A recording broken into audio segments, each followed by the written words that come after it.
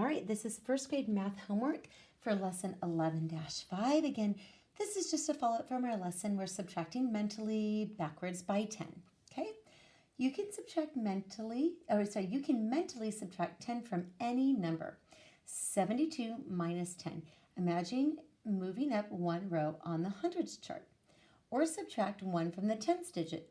7 tens minus 1 10 is 6 tens, okay? So 72 minus 10 is 62.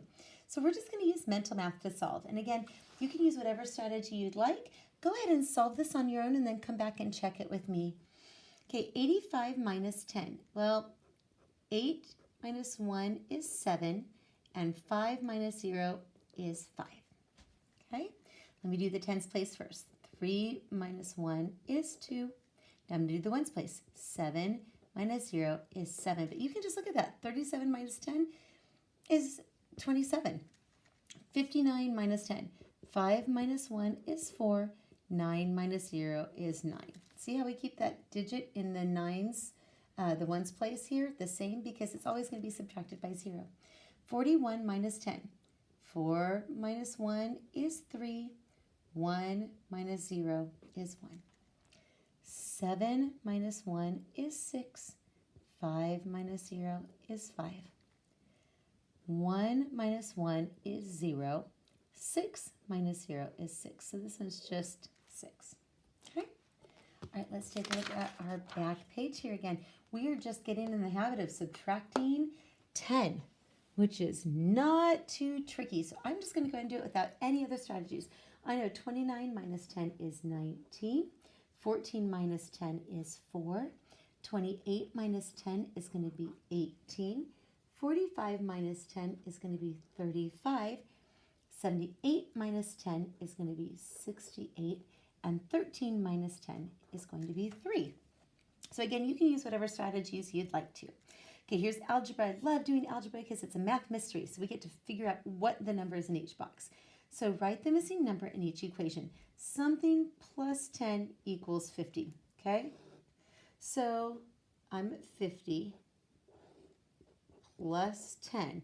What is 10 less than 50? Well, that's going to be 40. So 40 plus 10 equals 50. So 50 minus something equals 10. So if I have 50 here, 50 minus 10 is going to put me at 40. So I know 50 minus 10 equals 40. These are very similar. Now let's take a look at this one. 70 minus 10 is, well, I know 70. If I count backwards by 70, 70 minus 10 is going to be 60. Okay? Higher order thinking. Choose two numbers from the list below and write them on the correct lines to make the equation true. Now take a look at this. It's something minus 10. So we've got to figure out which two numbers have ones digits in the that are the same.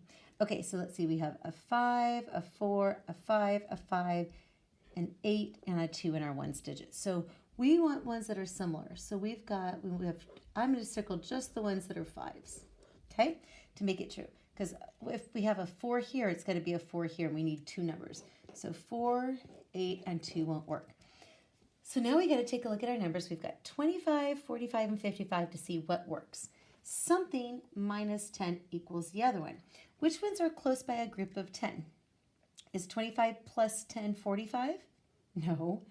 25 plus 20 is 45. So we know these two numbers here, 45 and 55, are a difference of 10. So I'm going to put 55 here minus 10 equals 45. Okay, so we're just looking again for those numbers in the ones digit to be the same, because if we're subtracting 10, the ones digit number is not going to change because it's a 0. Okay, let's look at our assessment. John has 77 buttons. He uses 10 of them to make a picture frame. How many buttons does John have left?